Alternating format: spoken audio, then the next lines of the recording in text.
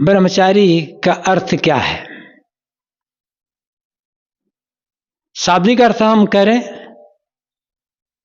तो जैसे ब्रह्मचर्य कहा जाता है। ब्रह्म का अर्थ होता है श्रेष्ठ और चर्य का अर्थ होता है आचरण। श्रेष्ठ आचरण, बड़ा आचरण ब्रह्मचर्य है। बड़ा आचरण क्या है? अपने मन इंद्रियों पर संयम रखना।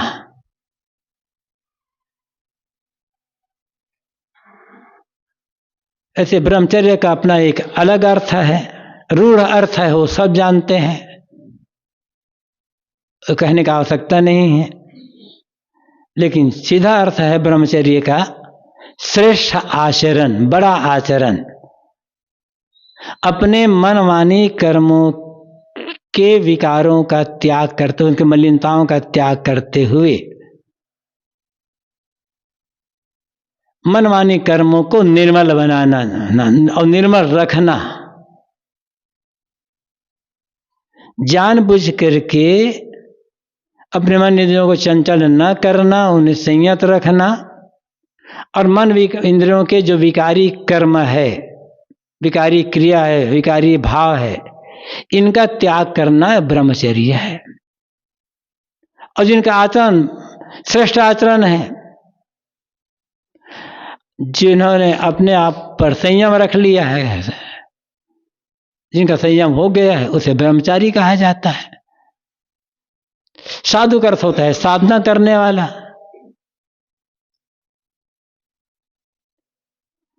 जो साधना पथ में चढ़ रहा है। ब्रह्मचारी और साधु में कोई अंतर नहीं है, दोनों एक ही है। बस कपड़ा थोड़ा बदल देते हैं, नीचे पहनावा को बदल जाता है, ऊपर पहनावा तो वैसे वैसे ही रहता है। तो चाहे कोई ब्रह्मचारी हो, चाहे कोई साधु हो, चाहे कोई जिनका ब्रह्मचारी वेश न हुआ हो, सफेद कपड़ा में रहता हो, पैंट कुर्ता में रहता हो, आश्रम में रहने स्थायी रहने वाले जितने भी लोग हैं, सबको अपनी अपनी श्रेणी शक्ति योग्यता के अनुसार निरंतर अपने आप को मांझते चलना है। अपनी जो कमियां हैं, अपने अंदर में जो दोष हैं, मन इंद्रियों के जो विकार हैं, इनका त्याग करते जाना। और जिसने अपने मन इंद्रियों के विकारों का त्याग किया, दो दुर्गुणों को, कमियों को निकाल दिया, जिसका जीवन संयमित है, खान पान रहन सहन सब में संयम है,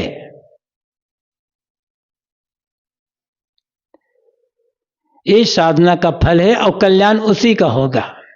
वेश हुआ हो नहीं हुआ हो, इससे कोई फर्क नहीं पड़ता। लेकिन समाज में एक मान्यता है, एक शिष्टाचार मर्यादा है, इस हिसाब से ब्रह्मचारी का, साधु का वेश दिया जाता है। लेकिन कोई वेश ना हो तो कल्याण में कोई बाधा नहीं है। साधु का कपड़ा पहनेंगे तभी कल्याण होगा, ऐसा नहीं है। कल्याण तो अपने आप को साधने से है। कल्याण हर परिस्थिति में पूर्ण शांति, संतोष, प्रसन्नता का अनुभव होते रहना, मन का विचलित ना होना, अनुकूलता में, प्रतिकूलता में, मान में सम्मान, मान में अपमान में, निंदा प्रशंसा में विचलित न होना, द्वंद्व रहित समता भाव में स्थित रहना, बाहरी चीजों को देख करके न ललचाना, मन में पूरा संतोष रहना, आत्मतृप्त,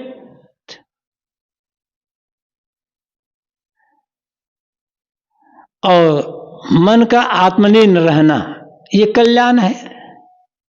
जीते जी जीवन मुक्ति की स्थिति कह जाते हैं अपने आप पूर्ण संयम हो जाना, सारे लोभ मोह राग द्वेष कामना आसक्ति से ऊपर उठ जाना,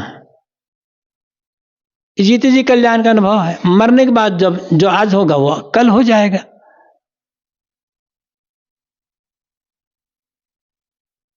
तो मर्यादा के लिए एक वेश दिया जाता है।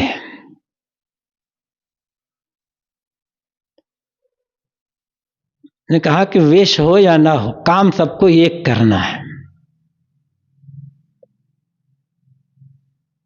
जितना सेवा, सत्संग और साधना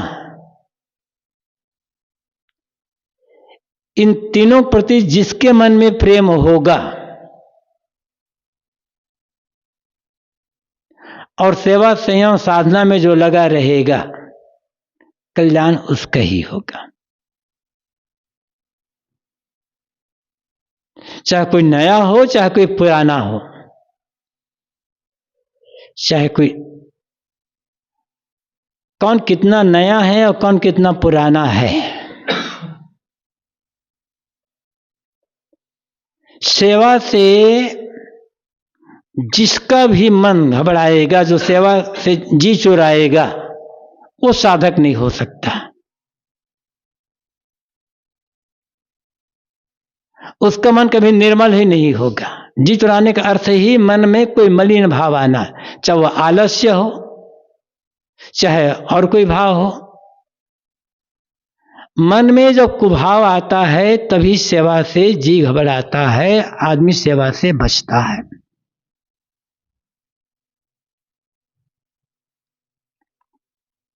और जो सेवा से बच रहा है, जी चुराता सेवा से, उसका चित्त शुद्ध कैसे होगा? मन तो मलिन बना है ना। और मलिन मन में शांति सुख प्रसन्नता का अनुभव कैसे कोई करेगा? सेवा बदलती रहती है, कभी कुछ सेवा कभी कुछ सेवा के जो कार्य हैं अनेक प्रकार के, सब एक जैसा काम नहीं कर सकते।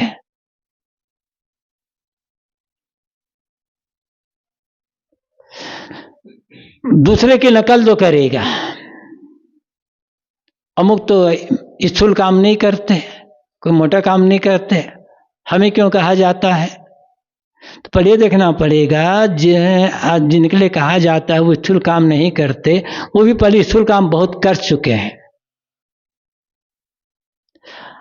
और हर किसी को कहने का आता है कितना भी बड़ा हो, समय पड़े तो झाड़ू पोंछा बर्तन भाना भोजन बनाना का काम या अन्य कपड़े धोने का काम, ऐसा मन बना कर रहना चाहिए, कितना भी पुराना क्यों ना हो जाओ। हाँ, सेवा किसी प्रकार सेवा को प्रसन्न मन से करना, अपने लिए सेवा लेने का भाव ना हो। एक मजबूरी होती है, इसलिए दूसरों से सेवा ली जाती है, लेकिन कोई हमारी सेवा करे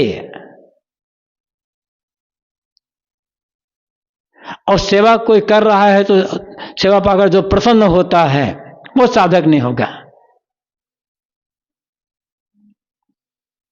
जितना बन सके सेवा लेने, अपने लिए सेवा लेने से बचने की आवश्यकता है। कभी रोग हो गया या कुछ मजबूरी आ गई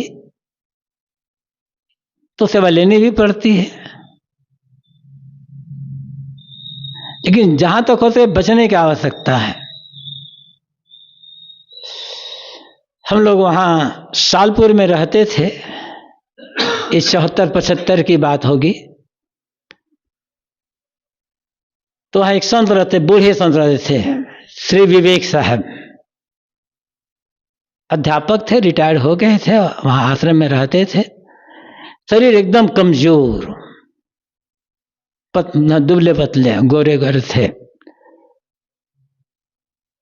75-80 साल से अधिक उम्र रही होगी उनका। लेकिन उनका लोटा ले करके कोई मांझ नहीं सकता था। कोई पहले तो आश्रम में वो तो था नहीं शौचालय, बाहर जाना पड़ता था, तो बाहर जाते थे और लोटा, बड़ा लोटा होता था, मानते थे। कोई मान लेना तो बिल्कुल एकदम ऐसे देखते थे कि सामने वाला की हिम्मत पस्त हो जाते थे, कुछ कहते नहीं, देते नहीं थे वो। सेवा अंत तक सेवा नहीं लिए। ऐसे अनेक संत होते हैं। और किसी में तो बस घर छोड़ करके आए, साधु हुए, अब तो हम साधु बन गए भाई, अब तो भक्तों चाहिए हमारी सेवा करें। सेवा कराने का मन है तो साधना नहीं बनेगी, सेवा करने का मन है तो साधना बन जाएगी। तो पहली बात है सेवा। फिर के बच्चा सत्संग, सत्संग में स्वाध्याय भी आता है। कोई किसी काम में लगा हो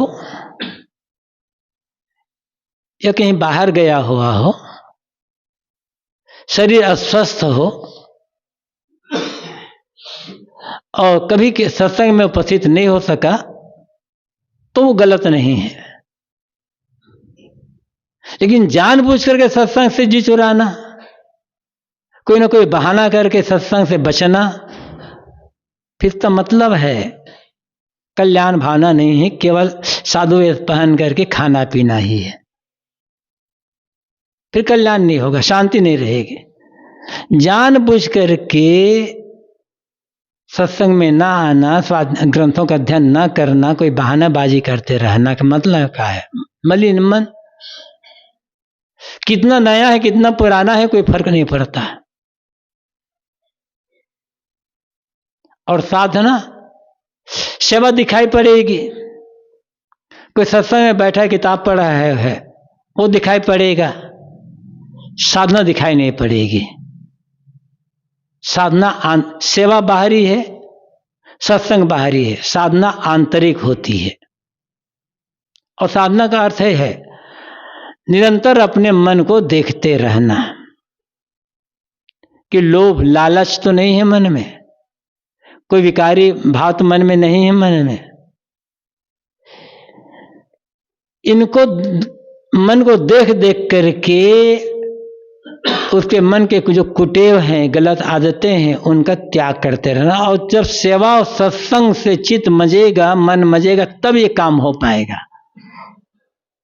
तो चाहे कोई ब्रह्मचारी वेश हुआ हो या ना हुआ हो, या किसी के साधु वेश भी हो गया हो, चाहे पुराना भी हो, अपने अपने ढंग से सेवा सत्संग साधना का सहारा लेकर जो रहेगा वही उत्तरोत्तर आगे बढ़ता जाएगा। साधना में उसकी सफलता उसको ही मिलेगी, कल्याण उसका ही होगा। बाहरी प्रतिभा में अंतर होता है, योग्यता में अंतर होता है। सबकी शारीरिक क्षमता और बौद्धिक क्षमता, मानसिक क्षमता एक बराबर हो, ऐसा नहीं हो सकता।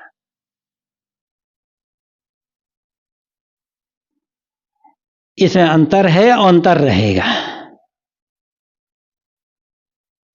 लेकिन किसी में बौद्धिक क्षमता ज्यादा हो, शारीरिक क्षमता ज्यादा हो, तो उसका अहंकार करना भी नहीं है। चाहे छोटा घर हो चाहे बड़ा मठ हो, मतलब छोटे स्तर पर हो चाहे बड़े स्तर पर हो, चाहे घर में ही हो, घर में रहना जितने भी लोग हैं सब एक जैसे काम कहाँ करेंगे। कुछ लोग बाहर का काम करते हैं, कुछ लोग भीतर का काम करते हैं, कुछ छोटे होते हैं पढ़ाई लिखाई का काम करते हैं। ऐसे मठ में भी है, कुछ लोग कुछ काम करते हैं, कुछ लोग कुछ काम करते हैं, कुछ लोग कुछ काम करते हैं। नकल करने की आवश्यकता नहीं है।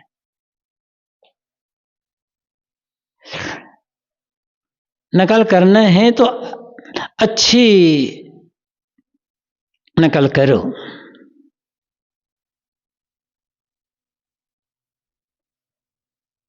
कुल मिलाकर बात इतनी ही है, निरंतर अपने आप को कसते जाना, मांजते चले जाना। कौन किस उम्र में घर छोड़कर आया है इसका भी महत्व नहीं है। घर छोड़कर आने के पश्चात उसका मन कैसा है, महत्व इसका है। न बाल ब्रह्मचारी का महत्व है, न धैर्य ब्रह्मचारी का महत्व है। महत्व है वर्तमान का। वर्तमान में हमारी मानसिक स्थिति कैसी है।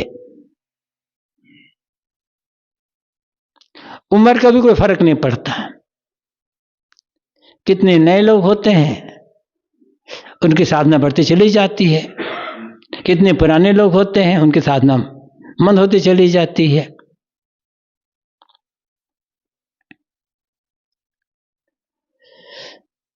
तो नए पुराने का भी महत्व नहीं है।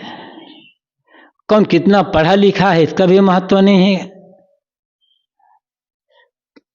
जो लोग कम पढ़े लिखे होते हैं वो भी स्वाध्याय करते करते बहुत आगे बढ़ जाते हैं।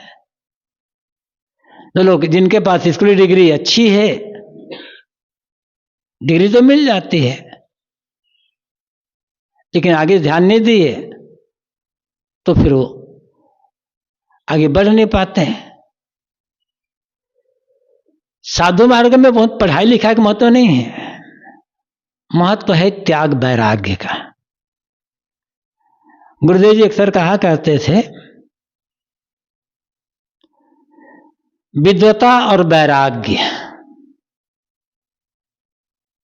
साधु को इन दोनों में से किसी एक का चुनाव करना हो तो साधु को वैराग्य का चुनाव करना है। विद्वता से कल्याण नहीं होना है, कल्याण वैराग्य से होना है। अब किसी में विद्वता भी हो और वैराग्य भी हो तो सोने में सुहागा है, अच्छा है। विद्वता तो है, वैराग्य नहीं है तो विद्वता तो उलझा देगी, संसार में भटका देगी। केवल विद्वता हो, वैराग्य ना हो, संयम ना हो तो कि देखते हैं कितने बड़े बड़े विद्वान लोग कैसे कैसे गलत खान पान करते हैं, कैसे कैसे गलत कर्म व्यवहार आचरण करते हैं। साधु की असली संपत्ति होती है वैराग्य, साधना। फिर विद्वता जितनी हो जाए अच्छी है। विद्वता होने पर दूसरे लोगों को अपनी बातें अच्छे ढंग से हम बता सकते हैं, समझा सकते हैं। विद्वता अपने लिए नहीं होती है, विद्वता दूसरों के लिए होती है। वैराग्य अपने लिए होता है। वैराग का अर्थ है दुख निवृत्ति का काम। वैराग का अर्थ है कहीं राग ना करना किसी के लिए, किसी मन में किसी के लिए मोह ना होना। वैराग का है अनासक्त निष्कामता। अनासक्ति निष्कामता एक दिन में नहीं आएगी, धीरे धीरे मांझते मांझते साधना करते करते होगा। बस लोभ पर संयम करें, मोह पर संयम करते हैं। बाहरी चीज मिलने पर खुशी ना हो। किसी ने अनुकूल व्यवहार कर दिया, कोई आकर के हाथ जोड़ लिया, प्रणाम कर लिया, पैर छू लिया तो मन में खुशी ना हो। कोई हमारा नमस्कार करे, हमें प्रणाम करे, साधु के मन में यह भाव होना नहीं चाहिए। अब आपस में रहते हैं तो जो जैसे मर्यादा में छोटे हैं, अपने से बड़ों को उन्हें नमस्कार करना चाहिए, बंदगी प्रणाम करना चाहिए। लेकिन कोई कितना भी बड़ा क्यों ना हो, अपने मन में ये भाव होना ही नहीं चाहिए कि लोग हमारा प्रणाम करें, हमारी बंदगी करें, हमें नमस्कार करें, हमारे सामने झुके। झुकने से हमारा कल्याण है यदि हम झुकते हैं तब, और हमारे सामने दूसरे लोग झुक रहे हैं उसमें हमारा कोई लाभ नहीं है। तो स्वयं झुकने की आदत बनाएं, झुकाने की आदत नहीं बनाना है। अब समाज में रहते हैं, अब कोई मर्यादा का उल्लंघन कर रहा था, वहां समझाना पड़ता है, भाई देखो अपने से जो बड़े हैं उनकी मर्यादा रखो। हम बैठे हैं कहीं पर, कुर्सी पर बैठे हैं, खाट पर ही बैठे हैं, अपनी बिस्तर पर बैठे हैं, या जमीन पर आसन लगे जमीन पर बैठे हैं, और हमसे बड़ा कोई आ गया तो मर्यादा क्या है वहां पर? उनको आते देखते ही उठ करके खड़े हो जाना। साहब ने कहा है, जहां धीर गंभीर से चलता हूं उठी मिलो के फिर उठ कर मिलने की बात साहब कहते हैं। अब हमसे बड़े अगर खड़े हैं और हम बैठे बैठे बात कर रहे हैं, चाहे जमीन पर बैठे हों, चाहे तखत पर बैठे हों, चाहे कुर्सी पर बैठे हों, ये मर्यादा विहीनता है। हमसे छोटा है कोई खड़ा होकर बात कर, हम बैठे हैं तो बड़े तो बैठे ही रहेंगे, छोटों का काम है उठना।